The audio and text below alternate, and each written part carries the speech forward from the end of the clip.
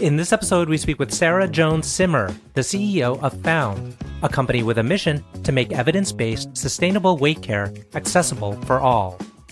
Prior to joining Found in 2021, Sarah was the COO of Bumble, where she was responsible for core strategy, international growth, marketing initiatives, and business operations, as well as the expansion of Bumble's rapidly growing team. She started her career analyzing equities and market conditions at a Los Angeles-based hedge fund with $5 billion in assets under management.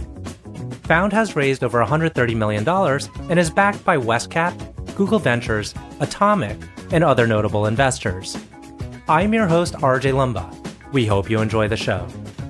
If you like the episode, click to subscribe.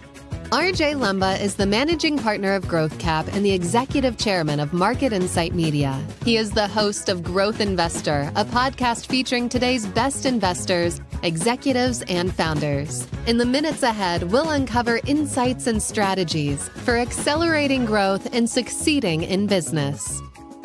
Sarah, thank you so much for taking the time. It's a delight to chat with you today. Yeah, so nice to be here, RJ. Thanks for asking me. So where I'd like to kick off is your total addressable market. It sounds like a strange place to kick off, but the reason why I want to start there is because, man, I think everyone is trying to lose weight. I think it's like the TAM is probably like everyone, but Found, the company you lead, is probably more catered to a certain segment of the market or a certain type of potential customer that's trying to lose weight and maybe has struggled. So maybe we can start there and just tell us a little bit about Found and how it's different. Yeah, I think that's a great place to start. I believe deeply that every good business is a combination of meaningful TAM, right product market fit, and right team. So it's the perfect place to get started. I think you're right. Obesity is probably the biggest problem facing public health today. 70% of Americans struggle with overweight and obesity, and yet only 1% of docs in this country are trained in obesity medicine. Most PCPs spend a couple hours of medical school focused on things like nutrition and obesity management. So we've got a really big supply demand challenge. And I think for so long, the only tools that we felt like we had to treat obesity were behavior change, largely diet and exercise. And people were made to feel like if they didn't have the willpower to diet and exercise, then they didn't deserve a body that they loved. And the science shows us that that's wrong. And I think one of the things that's interesting about the moment we're having where Ozempic, Wegovy, Mounjaro are in the headlines every day is that as a society, we are really waking up to the fact that obesity is also driven by biology, by factors that are outside of a person's control, and that those factors have significant influence on the behavior change that's even possible. And that's something we've been preaching at Found for years now. The company went live in December of 2020. I joined as CEO about 2 years ago now. And we've really felt like we needed this much more comprehensive approach to treating obesity, where the clinician has a seat at the table, where medication is prescribed if clinically appropriate, and that medication is combined with behavior change. Things like movement and nutrition, and also sleep and stress management and hydration, all of these other factors that really do contribute to someone's weight and long-term health. And it's critical to address weight because it sits upstream of so many of the other life-altering conditions that we see, whether that's diabetes, hypertension, cancer, which is a big part of my own personal journey. And so when the opportunity came to lead Found, I really felt so deeply connected to it in terms of the size of the addressable market, which I said is like 70-ish% of the US and unfortunately growing. And because I feel like we're overdue for innovation in both the care delivery by giving the clinician a seat at the table and the narrative, which is really broken in this country. And I think this emphasis on biology and medication, when used appropriately, helps us really crack that stigma. There's no shortage of content out there about how to lose weight, and it is always focused on diet and exercise. And you could watch or listen to and read volumes of information. But perhaps what you're getting to is you could do everything that's being suggested to you, but still not get there in terms of your weight target or weight loss goals because you're missing these elements of like understanding your biology and having the appropriate medication. Are there some more commonplace ways that people are generally able to fix things that you're able to prescribe? That's a really good question. This is a bit of an oversimplified metaphor, but asking someone who struggles with obesity to diet and exercise is the equivalent of asking someone with major depression to meditate. It's just not going to be sufficient if you don't address underlying biology. So a common example is someone with uncontrolled cravings. Like their brain is continually thinking about, when am I next going to eat? What can I eat next? The pleasure centers of their brain light up when they think about food. If you can control that brain hunger, and there's a variety of tools that we can use to treat that, then suddenly mindful eating becomes accessible. So it doesn't take away the need to do things like focus on a balanced plate and get more protein and eat whole foods where possible. But suddenly, if we can control the cravings, that behavior change becomes easier. You're not fighting against your own biology. And I think we've heard stories where folks feel like they get hours of their life back every day that used to be consumed by thinking about food or resisting their own cravings that now can be applied in other very productive ways. And I think that's a thing to recognize about obesity and why it really is a population health issue. It lives upstream of those other very expensive things like diabetes, which are costing Americans through taxpayer dollars, through ER visits, millions, if not billions of dollars a year. So there are real hard and soft costs associated with obesity. And there's this opportunity to help folks who are struggling with this get access to better tools that give them more control in their lives and enable them to find joy in their body. And some of the most inspiring stories we get are from folks that, it's not really just about the number on the scale, but it's now about the things that they can do, keep up with their kids on the playground or travel freely and not have to ask for a seatbelt expander or buy a second seat. They can go out and do the things that they love. And that's where the whole name for the business comes from, because it's actually not about the pounds you've lost. It's about the life you've found. And I think that comes back to this idea of starting from a place of self-acceptance, enabling people to feel great about who they are, where they are, but equipping them with the tools to take control of their weight and their health. And I think medication and addressing biology wasn't a part of the toolkit historically. Mm-hmm. And we've seen obesity medicine experts like our chief medical officer, Dr. Rekha Kumar, who practiced at Cornell for decades. We've seen in isolation places like academic weight management centers be able to deliver that comprehensive and integrated care, but they couldn't scale to meet the demand here. And I think that's where technology represents a great opportunity to take the mastery of the obesity medicine science someone like Dr. Kumar has and create tools and hire and equip and train clinicians who can have those same superpowers, but treat a much broader set of patients. We've now served more than 200,000 people, which makes us the largest medically assisted weight loss clinic in the country. And that data continues to reinforce our ability to serve patients even better because we're learning from those outcomes. We're getting to clinically significant levels. We can prescribe more precisely, both in terms of medication and behavior change as a result. And that's a flywheel for the business, if you will, that helps us get better and better at delivering care. And now the way you've scaled is very impressive. You've been able to do it quickly. What was your approach? Obviously, it must have been somewhat seamless. You thought a lot about how to bring in the right type of potential patients or customers or members. So how was it that you were able to scale so quickly? Gosh, it's a really interesting moment to reflect on the balance of growth and profitability, given where we are in the macro environment. I also think there's an imperative in healthcare that you can only grow at the speed of trust. And so it shouldn't be actually about customer acquisition at all costs. It should be about efficacy and outcomes first and foremost. If we build a product that helps people get to the health outcomes that they want, then we've been successful. And only then should we scale that, right? And so last year in 2022, we had an internal North Star of efficacy. And we started every all hands by focusing on it. We really look at the metrics around outcomes. And we believe that has to be the foundation of all growth. And by the way, if the program works, people will tell their friends about it. This is a category that is driven by success stories. And by the way, that reminds me of dating. As you know, I came from Bumble to found, and it's the same thing. If you deliver a great experience for folks, if you help them get the outcome that they want to, even if they leave the platform in that case, like some of these tools are built for good churn. Even if they leave the platform, more people will come on their way out. But the only way you get that is if you drive to a good outcome for folks. And in the case of Found, that outcome is helping people find joy in their body and take control of their weight and their health. If we can deliver on that, then growth can happen. So I do believe that that is a critical piece of how you build a growth engine. I think the thing that we're increasingly focused on now is making sure that we continue to hero clinical excellence, clinical integrity, responsible prescribing. We make sure that every member who comes through our door does a detailed intake process that helps us get an understanding of their root cause of obesity. We use that to equip our clinicians to prescribe appropriately. So we can use things like Ozempic and Wegovy if that's truly the best and most effective drug for that individual.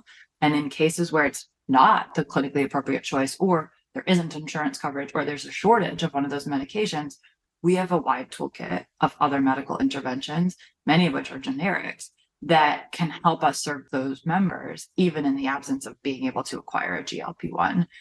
And I think that's what gives me a moment for reflection, given the time that we're in currently, where there is just so much conversation around GLP-1s, Ozempic, Wegovy, even things like berberine now, which is making headlines for being nature's Ozempic, which it isn't, is we shouldn't just focus on the medication.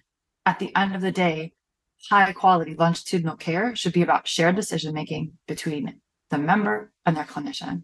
And that's it. It shouldn't be about a marketing campaign. It shouldn't be about how many clicks can we get by posting about Ozempic. It should be, how do we get this person on the right care plan for them? And how do we hero evidence and science?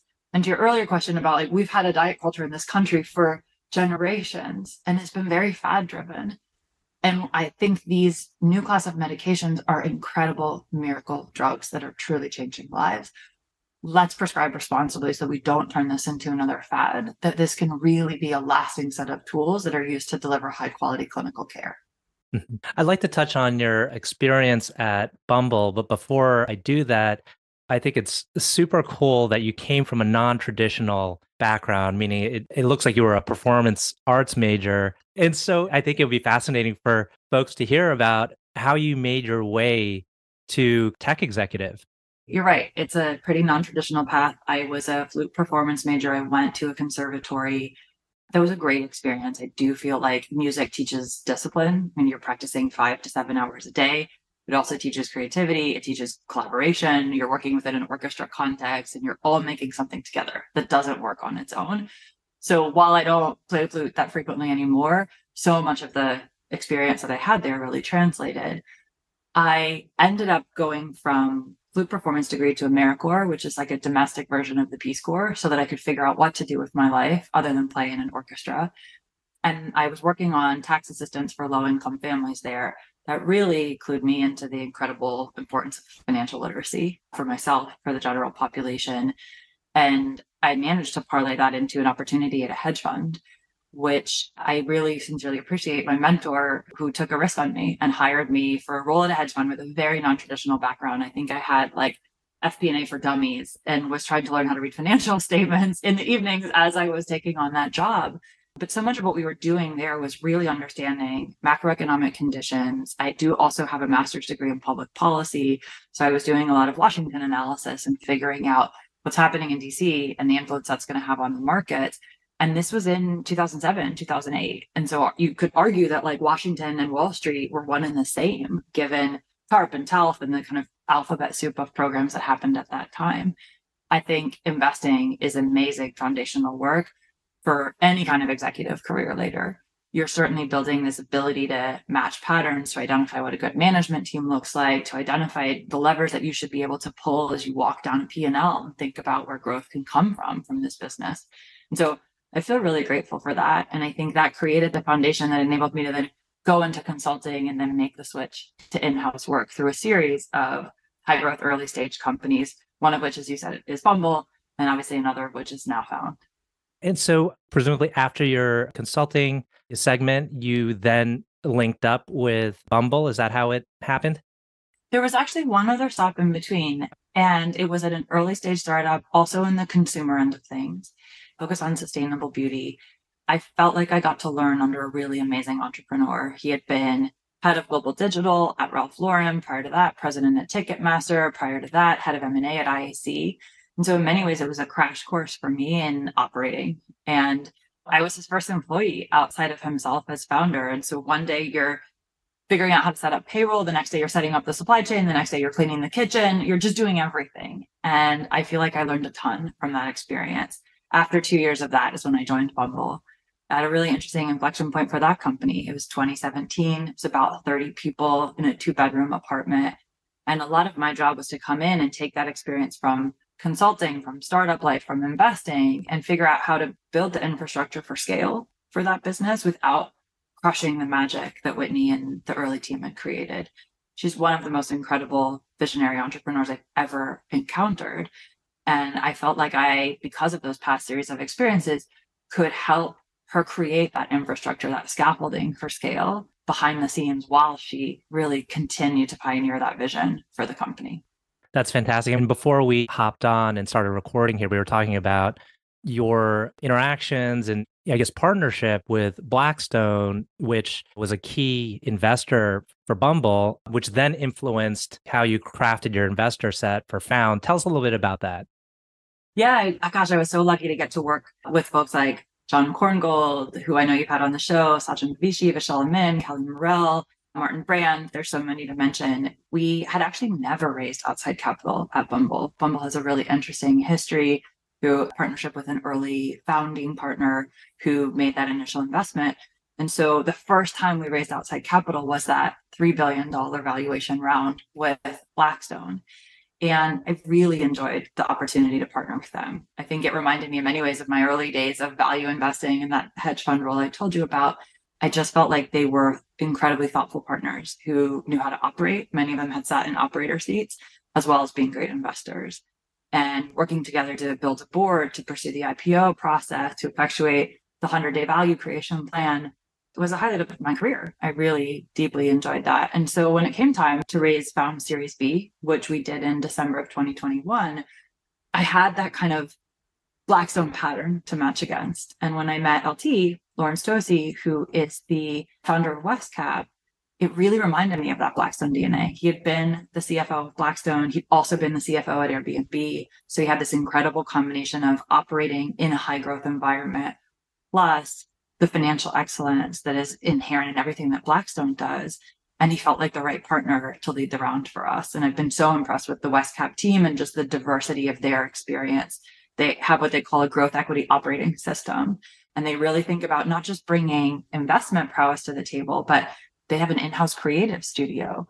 They have an amazing talent and compensation practice. We've really been able to leverage all pieces of their ecosystem. And that's been transformational for a company like us that at a Series B stage, maybe typically doesn't have access to those sorts of things. And so it's been exciting to be on the journey with WestCap. I feel like we're so lucky to have many amazing investors on our cap table. And I could tell you incredible stories about each of them, but the Blackstone and LT connection is a special one for me. We're coming up on time here. I like to end with a couple questions. One is, can you tell us about someone who has had a profound influence on you? It could be either personal or professional or other area of your life. Oh, that is such a hard question because I feel like we're all the amalgamation of so many different people who have influenced us in special ways. As cliche as it may sound, I think it's my dad. He's gone now. He's been gone for 6 years. He passed due to ALS.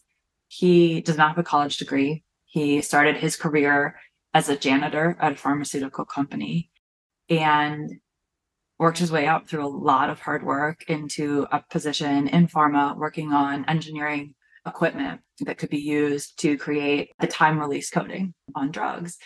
And it's so interesting for me to reflect on that now as I work so closely with pharma in my current role at Found. And I was just always inspired by the way that he stood up to adversity in his own career, the way that he figured things out, and the kindness that he showed to other people. His favorite place to be was on the manufacturing floor, teaching people how to use these machines, collaborating with others who are in janitorial roles, like where he started his career. And I think that when I think about my own growth and professional development, I only hope that I can hold myself to that high standard. That's incredible. Last question. Can you tell us about a cause or charity or other endeavor that you feel passionate about? Yeah, I feel very passionate about the work that we're doing in obesity. And we actually just yesterday announced a partnership with Instacart and the Rio Grande Valley Food Bank to help food access in that community. McAllen, Texas has the highest rate of adults suffering with obesity.